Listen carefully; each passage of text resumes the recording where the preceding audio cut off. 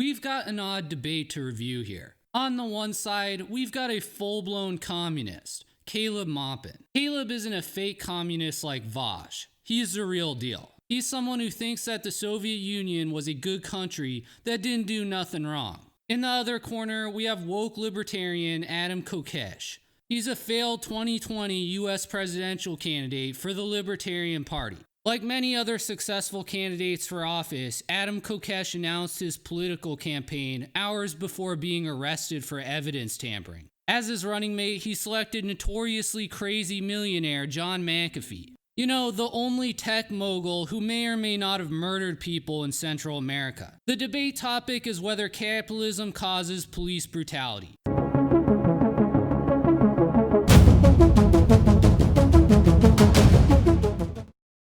I'm going to do something that I've not done before. I'm going to give you my predictions before the debate. I predict that both sides will give talking points about why capitalism is good or bad. I predict that both will do a poor job engaging with the debate topic. I also think they'll ignore each other's points like an actual presidential debate. But let's watch and find out. I wanted to mention, you mentioned the drug war. And, you know, it's unbelievable. The drug war, I mean, it's got two sides to it. On the one hand, the capitalists love drugs. I mean, opium was a central aspect of British free trade, Adam Smith capitalism. I mean, they used opium all over the world, getting people addicted. They had the opium wars, where they forced Britain forced China at the point of the gun to accept the importation of narcotics and accept all kinds of British and American corporations coming in there and just demolishing their economy. It led to hundreds of thousands and probably millions of deaths in China as a result of their economy being just destroyed in the late 1800s. But at the same time, now we have the war on drugs, where the capitalists make money by locking people in prison, private prisons, prisons for profit, right? And, you know, I would like to see a society where people that have a drug problem get treatment and are taken care of and are not treated like criminals, but treated like they have a problem. But I would also like to see the big drug importers and gangs that are responsible for mass death and profit from destroying human life and getting people addicted and are closely tied in with the CIA in Central America and all over the world. I'd like to see the big drug cartels smashed, honestly. And I would like to see a strong state that wasn't in bed with the drug cartels like the CIA is all over the world, but rather a state that goes in and smashes those drug cartels, breaks them apart, and ends their victimization of people for profit. So on the one hand, I think, you know, we do need to stop treating addicts like criminals and people that become addicted like criminals. But I think the big cartels, they should be smashed. Crushing the drug cartels would require the United States to invade Mexico. While I can appreciate the sentiment behind this, the resulting chaos would become our responsibility. Keep in mind that Mexico has about 3 times the population of Iraq and is almost 5 times larger. It's a far more violent country than Iraq, and its government is not responsive to these problems. Our country can't maintain law and order here.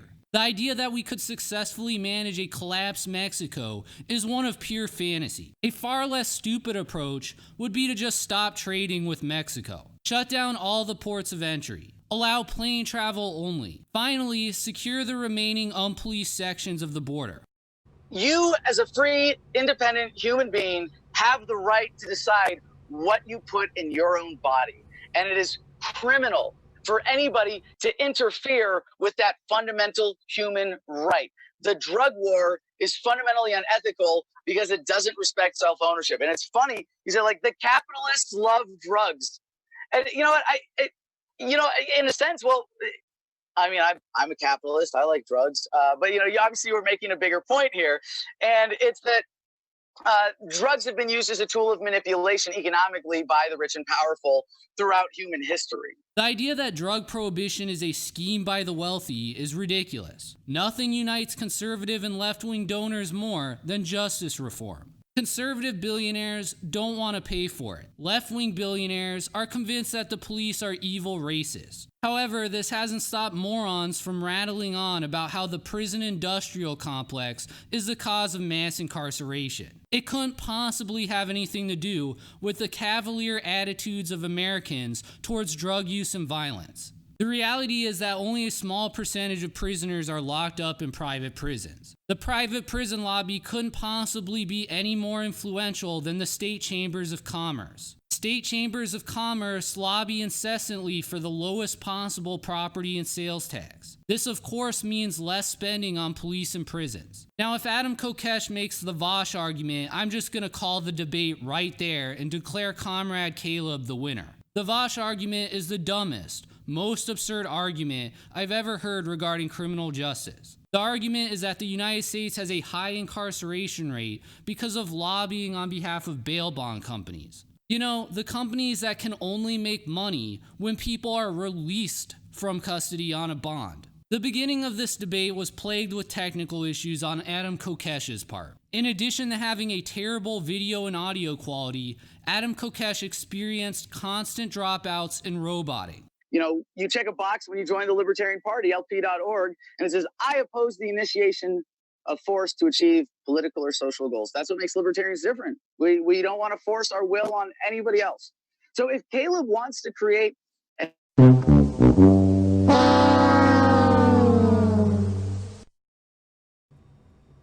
think there's a bit of a lag. I think oftentimes Adam's on the road, so it might be that his connection where he is might ebb and flow just a bit. Let me just check. Yeah, he seems to be frozen. I'm not seeing him. Absolutely. Unless he's just standing really still. Oh, I think we lost Adam, but don't worry, I have a feeling he'll be back in just a moment. So, as I had mentioned last time, I think he was on the road, and so we had a kind of a similar deal. No word yet from Adam, but don't worry. We had planned for this. I'm actually going to sing a song that I've been working on, so I hope you guys are ready for this. Hey, I apologize for that. I'm here in very sunny Arizona. My phone overheated, and I had to restart it to reconnect. And, you know, you talk about collectives. You know, I'm not against collectives. The question is, what is the nature of the relationships in these collectives? Are they ethical? Are they voluntary? Or are they coercive? Is there a threat of force behind them?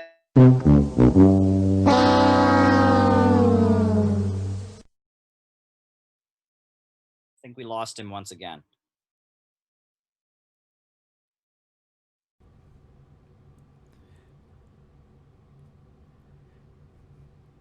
Well, folks, it could be, as I mentioned, it might be that Adam's on the road. I'm not sure. Okay, I think we got him coming back. The world today can largely be Adam, I don't know if you can hear me.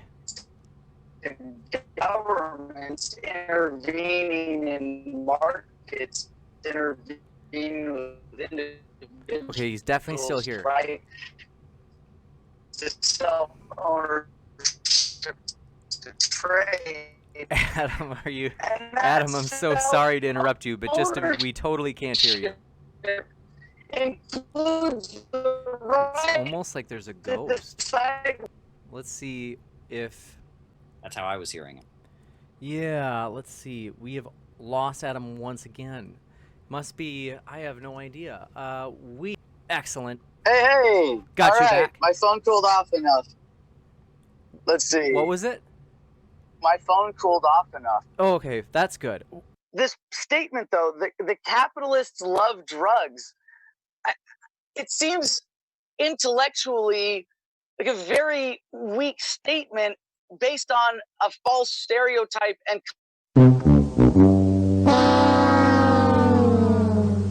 So yes, we basically, I think we lost Adam again. So yeah, sorry about that, folks. I mean, it's not really a debate if you can't hear the other person. So Yeah, you know, kind of, let's see here. I mean, is there a way he could like call you, possibly, and we could just have his audio like over the phone or something? We can have him call into the Skype chat. That's a good idea. We've never done it, but it's worth a shot, and there's no reason why it shouldn't work. So let me see here. Hey. How's it going? I'm glad to have you back. That time it kicked me out of the meeting. No problem. Okay, we're ready to roll if you are. Yeah, all right. So, James, you're going to have a lot of fun editing this. Eventually, the host ended up turning off Adam Kokesh's camera so that his shitty cell phone would stop overheating and dropping the call. Why doesn't Adam Kokesh just ask John McAfee to buy him a laptop and mic? What a joke. Then you can have your individual rights respected. No, the road to... Oh, okay. Yeah, it said it said the host has stopped your video. But not my audio? I just stopped the video just in case. I figured if I only keep your audio on, pardon me for doing it without asking, but I figured this way we might be able to keep you in because it might be less of a kind of a work. For No, it's what you're saying is actually similar to Thomas Jefferson's vision of the yeoman, right? Thomas Jefferson wrote that he had this idea that America would be a great country where there'd be yeomen, or small farmers who each had their own land and didn't bother each other and just did their own thing on their own land. And the problem with that economic vision that Thomas Jefferson put forward is eventually there's going to be a drought, and some farmers are not going to have their crops, and they're going to lose out, and they're going to starve, and they're going to end up having their farms bought out by bigger farmers. And pretty soon the wealth is going to concentrate in the hands of a few people. And then those few people are going to try and manipulate the government to serve their own ends. And in this anarcho-capitalist libertarian model, I don't see how does the wealth not concentrate in the hands of a few people? And then how does those few people that have the wealth concentrate in their hands not then start manipulating the government to serve their own ends? And we're back at the beginning to begin with. While I can appreciate the leftist argument that wealth has become more concentrated over time, Caleb is leaving out the full context as to why this is. Yes, small businesses can face some emergency event like the coronavirus and end up broke. Yes, larger companies with more capital can buy these companies as an investment. However, under fair capitalism, it is possible for those larger businesses to eventually face their own crisis. If this doesn't happen and the business keeps growing larger, it risks becoming a monopoly. This should, in a fair capitalist economy, result in the company being broken up. We don't live in a fair capitalist country, though. We live in a bullshit capitalist country. Here's how things work in America. Number 1.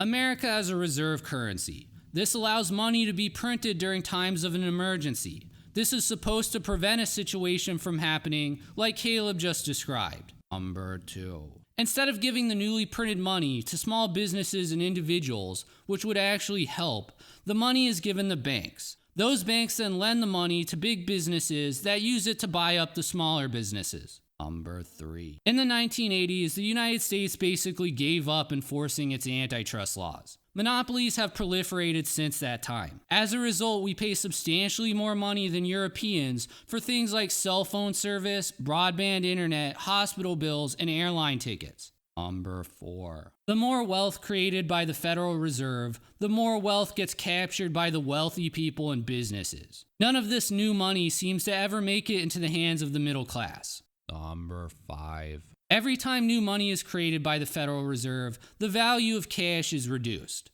This hits the middle class and the poor the worst, as they rely on wages to survive, wages that are paid out in cash. Number 6. Companies have gotten so huge that they can now basically extort the government for money. In good times, they divvy up all their profits to the shareholders and don't invest anything in an emergency fund. During a crisis, they demand and receive bailouts because they're too big to fail. Number 7. As horrible as all of this is, it's hard for me to imagine it has anything to do with police brutality. I think that when you have a system where there is vast amounts of inequality, the result is going to be some people having more and then using the state to protect themselves and manipulate things to make sure that they keep what they have. So how is it that in your anarcho-capitalist utopia, how is it that we make sure that the government stays true to these libertarian principles? Well, I don't identify as an anarcho-capitalist. I identify as a voluntarist, and it's very similar. I can forgive the mislabeling. A voluntarist? At first I thought he had made this up, but no, it's actually real. Voluntarists believe that the only legitimate government is one that's funded through only voluntary donations. The government's sole role is to protect property rights, but it requires people's voluntary compliance with its orders to do so. It can't use any sort of taxation or coercion to accomplish any objective. So it's fair to say that Adam Kokesh sits on the very fringe of libertarian politics. So I don't trust your system that gives any central authority the false authority to violate individual rights. That's not going to be abused. Power corrupts. Absolute power corrupts. Absolutely. If you give a government the power to violate your individual rights, to violate what is fundamentally founded in your self-ownership, there's nothing to stop them from ultimately taking complete ownership of you. It seems like Adam Kokesh's view of individual rights is that individuals have the right to do anything that doesn't violate someone else's property rights. If I were Caleb, I would ask Adam Kokesh how he would treat the issue of child pornography or consensual incest between parents and their children. Now, there's what is to stop them from using that wealth to influence the government and then start, violating these voluntary principles once again.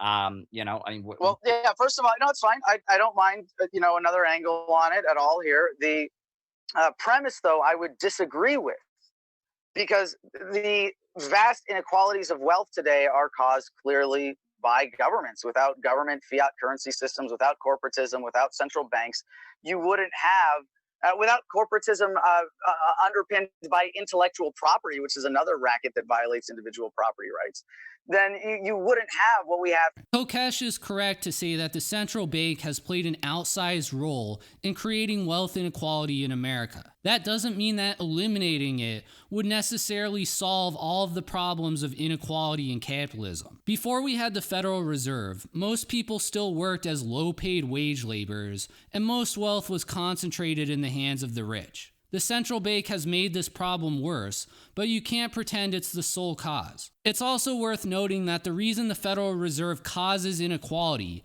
is because it is corrupt. If during the times of economic crisis, it printed money and gave it to poor people or struggling small businesses, it wouldn't further exacerbate inequality. Caleb should ask Kokesh if he would support a central bank that didn't cause inequality in this way. Orientation as a libertarian policy-wise, I'm a localist. I believe in localization. That was the premise of our presidential campaign, which, by the way, Cynthia McKinney endorsed. Funny that you mention her. Yes, she's not just a fan and a friend of mine, but someone who has made the transition from being a leftist to being a anarcho-capitalist type anarchist now. Being endorsed by Cynthia McKinney isn't a good thing. Being woke has not helped the Libertarian Party, just like it hasn't helped these social justice warrior churches. All wokeness does is corrupt the message and cause people to abandon these institutions. I agree with Adam Kokesh, by the way, about localism. Local and state government should be the priority in a massive country like the United States. We're way too big for it to make any sense for the federal government to do anything besides maintaining a military.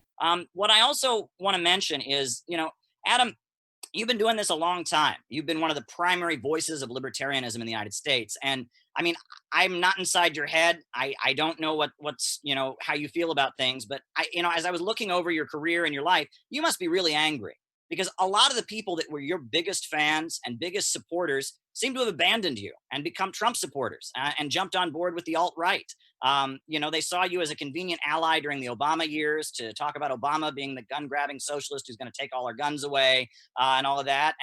But now it seems like so many of the people that were your allies are more interested in fighting for some white ethno-state or fighting against immigrants or beating up leftists, and they've kind of abandoned you. I mean, the libertarian movement has been largely usurped and taken over by elements that are more concerned about racial issues and more concerned with doctrinaire anti-communism than they are about liberty. And that the libertarian movement, in a lot of ways, it's been stripped of thousands of people because the hard right wing, the economic nationalist right wing of Steve Bannon has really, kind of absorbed so many of the people that were hanging out in libertarian circles. Am I correct in that assessment? I'll take my time to thoroughly challenge your premise, but you're not like out of touch with reality or anything. Okay. Yeah, I mean, why has that happened? I mean, why? And I must say that you are very sincere in wanting a purely voluntary society. But in libertarian circles, the old John Birch Society elements were very widely present. You read Ron Paul's newsletters. going back decades. They were quite racist and quite vicious. Even look at the signs of the people protesting against the civil rights movement and opposing Martin Luther King Jr. It was very libertarian. Race mixing is communism, they would say. What else would we hear? I mean, it was the Civil Rights Act is a violation of the right of small business owners. And that there was always a libertarian edge to the right wing and the far right in the United States. And the enemy is always the communists. Anyone who wants more equality is a communist who's trying to get rid of the sacred American right of private property. And it seems like behind a lot of what passes for libertarianism in the United States is just doctrinaire far right extremism, trying to protect the property of the ultra rich from mass popular movements like labor unions, like the civil rights movement, that might try to bring some justice. Yeah, so you're going back in that series of remarks, man. That was rich. Wow, there was a lot. Ooh. You laid out a lot of bait for me there, didn't you? Don't worry, I'm not angry. I don't believe in anger that way. I don't believe in staying angry beyond our reactions. But you talked about the wars and saying that they were conducted by the capitalists. Well, if I put on a wig and a dress and tuck it between my legs and then go, I don't know, start a war, you don't say, oh, look, women are starting wars now.